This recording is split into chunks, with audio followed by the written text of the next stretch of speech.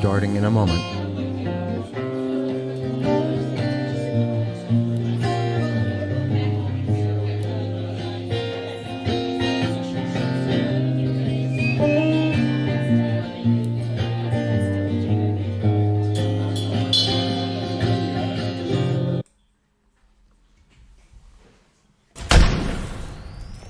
Ten, 9, 8, 7, 6, 5, 4, 3, 2, 1, 0.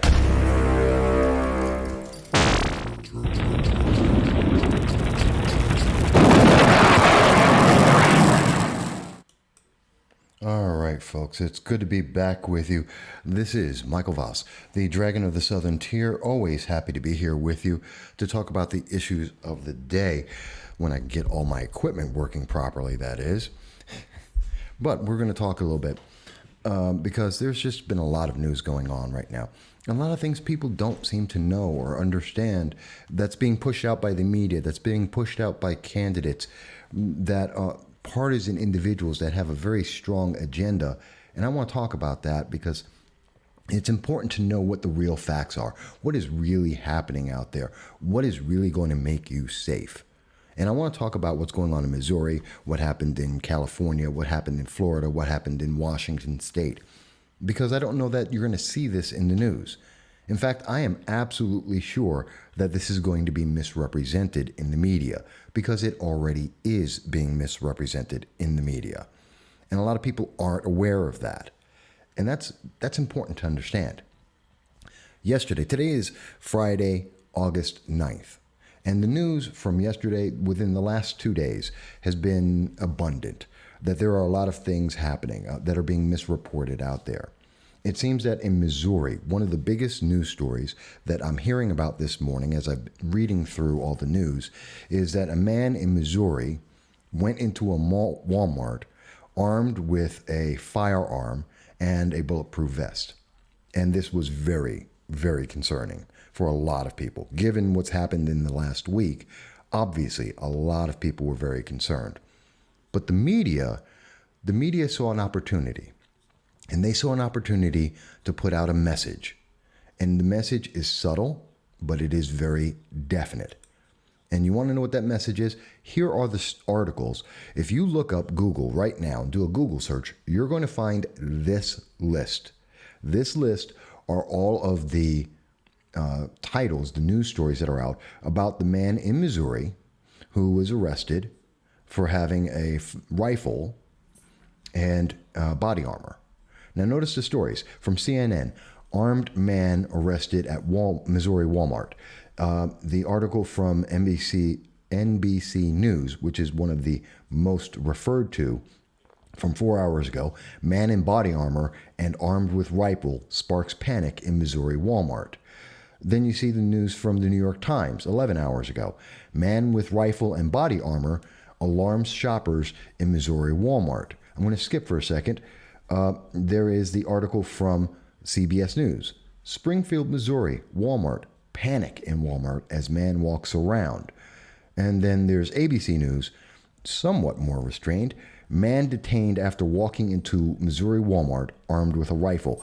Now that kind of gets close to it, but notice Fox News is the only one that says armed off-duty firefighter halts armed suspect in Walmart store. Now, this is the big difference here when we're talking about the Missouri incident. Because from all the reports, if you read through them all, what you will gather is that there was a man who, in the parking lot of a Walmart in Springfield, Missouri, put on some body armor, took out his, apparently a rifle, a semi-automatic rifle. No, it's not an assault weapon. It's a semi-automatic rifle. Get it right. And then he walked into the Walmart, got a cart, started walking around, and was videotaping the reaction, was recording the reaction of people on his phone. Now, did he have negative intent? Not really clear. Walmart pulled the fire alarm, evacuated people. As this individual is walking around, he is confronted by an off-duty firefighter who was armed with a concealed carry and was held at gunpoint until the police came and arrested that individual. By the way, the guy with the firearm had 100 rounds on him. Now, you're going to tell me, many people who are against the Second Amendment are going to tell me, well, this is an example of what the danger is. This is just another example of what we saw in El Paso or what we saw in Dayton, except it's not. It's not. Very apparently, it's not. Because, one, we had a good guy with a firearm that stopped it. And only one of these articles is featuring the positive, the really important aspect that a good guy with training, the fireman, the off-duty fireman, stopped someone from potentially causing harm. And that's an important thing. Because the rest of them are trying, the rest of the articles, especially if you're looking at MSNBC, if you're looking at CNN, they're trying to emotionally move people. Oh my God, this man, there's a panic in Walmart. This guy, he's causing a problem in Walmart. He's got a firearm. He's armed. This is dangerous. That's not the story. And they're missing the biggest element of the story. How was this guy stopped? No one was hurt. That should be important to have in the story. No one was hurt. No one was attempted to be hurt from all the news reports that are coming out so far over the last 12 hours. So you have to ask yourself, what's going on here? And why aren't they telling you that a good guy with a firearm was protecting the people and potentially stopped an incident from happening? You got to wonder about that. What is the agenda that you're seeing in the news? It's to emotionally manipulate you into being in a panic. Because at the same time that this is being reported and the way it's being reported, you're seeing those very same individuals, the far left and the left in the news media, that are promoting gun control, in particular red flag laws that will destroy due process. And I've done a lot of information on that. You can look it up at the MVASS.com website, and you can see that for yourself. I've done deep research, over 150 sources, not including getting FOIA results and speaking to Connecticut, Indiana, several states, reading studies. You can look at that for yourself. But here's something that's not being mentioned in any of the news reports I noticed so far, and something that makes me really question. Because this gentleman was calm. He apparently did not approach anyone in a dangerous way. He wasn't brandishing the firearm, from the news reports I can see, in a dangerous way. And Missouri is a state that has open conceal carry. They have open carry. You can carry a firearm as long as you are not brandishing it in an angry or threatening manner. You can display it as long as it is not in an angry or threatening manner, and it doesn't have to be for self-defense. Now, you say to yourself, well, Mike, what does that mean? What if this person was trying to make a statement? And I think it's in poor taste, and I think it's horrible, and I don't think this is the way you do it. But what if he was just open carrying? What if he was just trying to make a point that firearms aren't dangerous? That inherently having a firearm in a crowded place is not a danger necessarily to anyone. And that we are so subjugated, we've been so subliminally trained to react to a firearm like this is some kind of movie, and that there's always a dangerous intent behind it, that people panicked. And he wanted to highlight that. That may be true. He also could be a crazy nut. I don't know. But what I do know is that the biggest element of this story is that, well, the two biggest elements. One, it's an open carry state, and an individual who is open carrying posed no true threat, but people reacted like there was a threat. And a good guy with a firearm took that potential threat and was able to defend people. But you're not hearing that from the news. And you should ask yourself about that. And you should ask yourself about what else is happening in the news that you're not hearing about. Because think about this. They're going to pass this, they're trying to, and probably will pass, a red flag legislation. And this legislation is going to take away your right, your due process. And you're going to have individuals who are out there who are trying to make it easier for that to pass. Like looking at, as reported by KIRO in Florida, an incident in Federal Way, Washington, where a man got in an argument with security in Walmart in Federal Way, and in that argument says, well, I'm carrying a BB gun. No one actually searches him. No one ever is, that firearm, which isn't a firearm, is never seen. But you're going to hear the news talk about, oh my God, there was in Washington a man with a gun threatened people. He was in an argument with the security in a Walmart. He was upset, claimed that he had a BB gun, never brandished the BB gun, and then left. The authorities, for their part, and this is from the same article, the authorities, for their part, in this article, note that they don't believe it's a credible threat because this was a beef of him and the security. Okay, I'm quoting this from the article in KIRO 7 News. And you can see it right here. It's saying it right here that they don't believe this is a credible threat. Okay, and that was reported yesterday, August 8th. But did you hear about it? Because you have to wonder, why was the guy threatening that he had a BB gun at the same time that we have the red flag legislation being argued about by the presidential nominees, the Democratic presidential nominees, the same time we see the news and the media and even President Trump, which I disagree with, all saying that we need red flag legislation. It's hyping the situation. We're getting more hype. We're getting more anger against Walmart. We're getting more anger against people who own firearms. The mere mention of the word firearm suddenly gets big time headlines and drives people into a panic. But you know what didn't drive people into a panic? The thing that didn't really get people all up in arms? The fact that a Florida man, oops, I'm in the wrong story. I'll come back to it. That a Florida man drove his golf cart into a Walmart in Florida, which was also last night, as reported last night by KIRO 7 News. The guy had a standoff with police, was blocking off a liquor store, and then decided to drive into the Walmart and injured people in a golf cart. Are we going to ban those golf carts?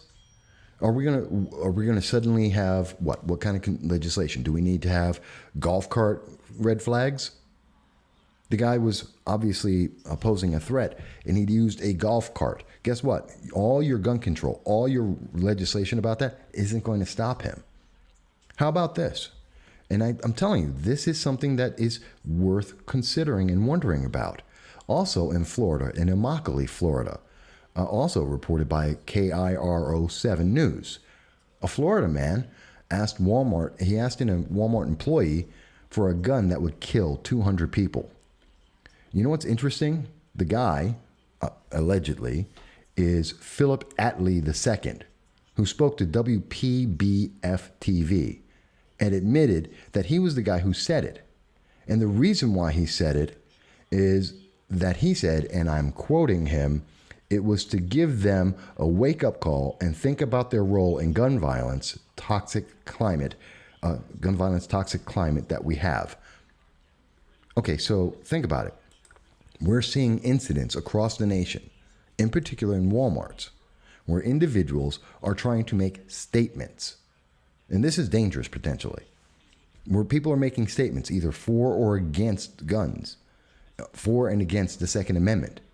And this should be of major interest to you because these incidents, as opposed to the guy with the golf cart, are serious.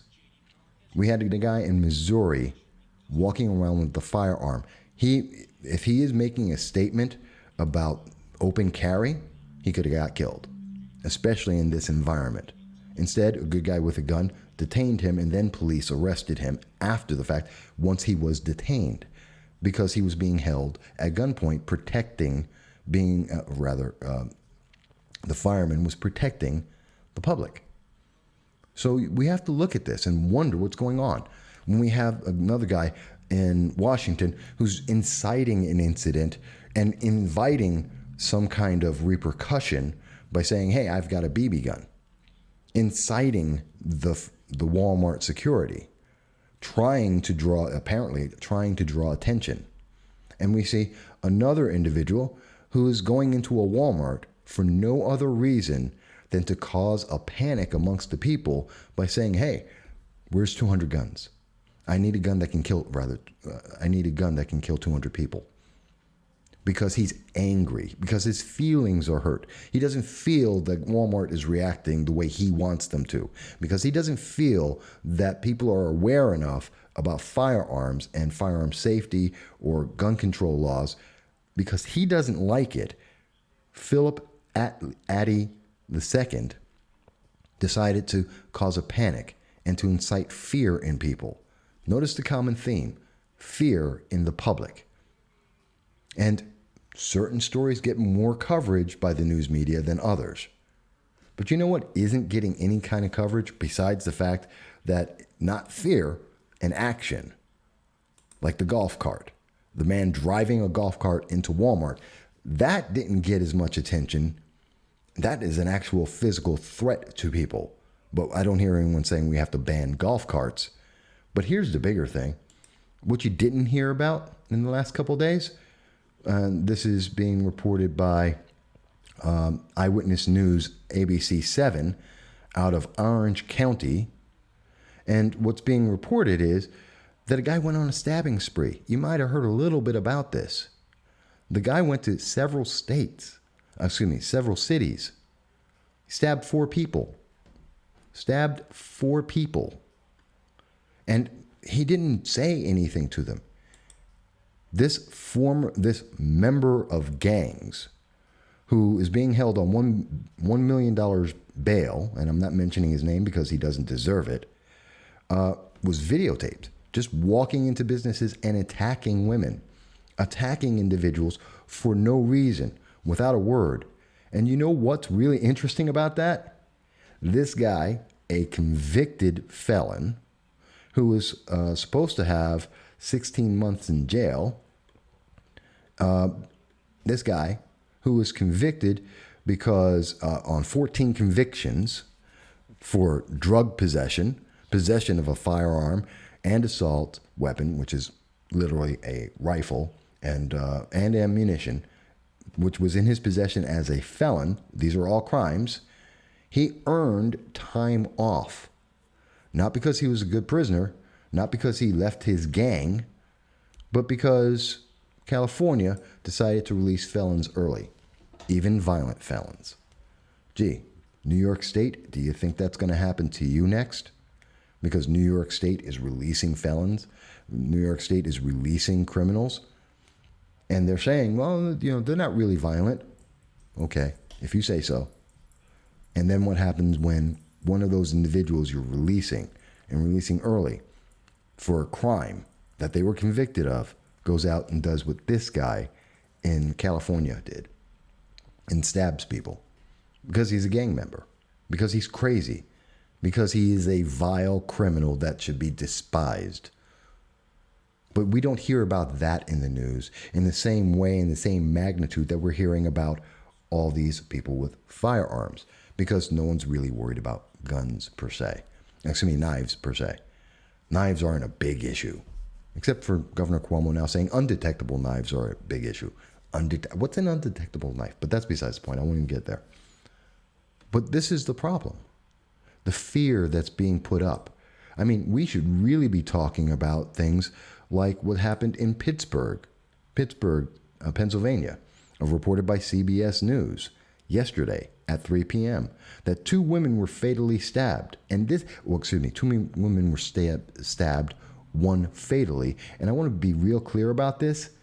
The guy did it in front of a police officer. Let me say that again. I want to be on screen. The guy stabbed 2 women in front of a police officer, one of them fatally. Let's go back to the story. And this is being reported by CBS Pittsburgh. And CBS Pittsburgh notes that police that the officer was checking a woman who was sleeping under a bus shelter. She was homeless, apparently. And checking on her and speaking with her, the suspect, and I'm quoting now, the suspect came around his back and struck the woman with a knife. The suspect then turned around and stabbed a second woman. Now, the police officer immediately reacted. But where's the news? Where's the outrage? Where's the craze about that? And here's the important thing. Why is that story, where 2 women were stabbed in front of a police officer, why is that not getting more attention? Why are people not outraged and incensed about this? Because 1, it takes away from the storyline of guns are dangerous. And 2, it emphasizes something. The same thing that it emphasizes when we look at the story in both Orange County, California, and also the story that we see down in Florida. And what is that? What are those 2 things? The one in Orange County, California, and what is the one in the man with the golf cart in Florida? What do they have in relation to the CBS News article? They don't help build up the emotion against firearms that the Second Amendment, anti-Second Amendment advocates have. It doesn't promote the fact, or actually it highlights the fact, that you could have police officers standing right in front of you. The man in the golf cart incident in Florida, police were on the scene when the man drove the golf cart into Walmart. In Pittsburgh, the man was attacking women in front of a police officer. Every single person who tells you that we just need more laws and we just need more police officers, the very same people who don't want more police and think the police are all corrupt and racist, but the same people who are telling you need more government, you need more police, you need more law enforcement, are the very same people who fail to understand that criminals and the evil, deranged individuals don't care. They use knives, they use golf carts, they use guns, they use everything at their disposal to harm people. And while you're being distracted by telling you should be in a panic, you should fear, you should be terrified, and good guys are out there saying, no, I'm going to defend you, and you should be able to defend yourself, people are getting hurt. Because you can't have a police officer at every corner. And even if you do, that doesn't mean you're going to be safe. You can have laws, and that doesn't mean you're going to be safe. You know what might have helped the women in Pittsburgh? To be armed as well. You know what might have helped the women in California, in Orange County, California? To be armed as well. Just like it helped people in Missouri that an off-duty fireman had his concealed carry firearm and was able to defend himself and others.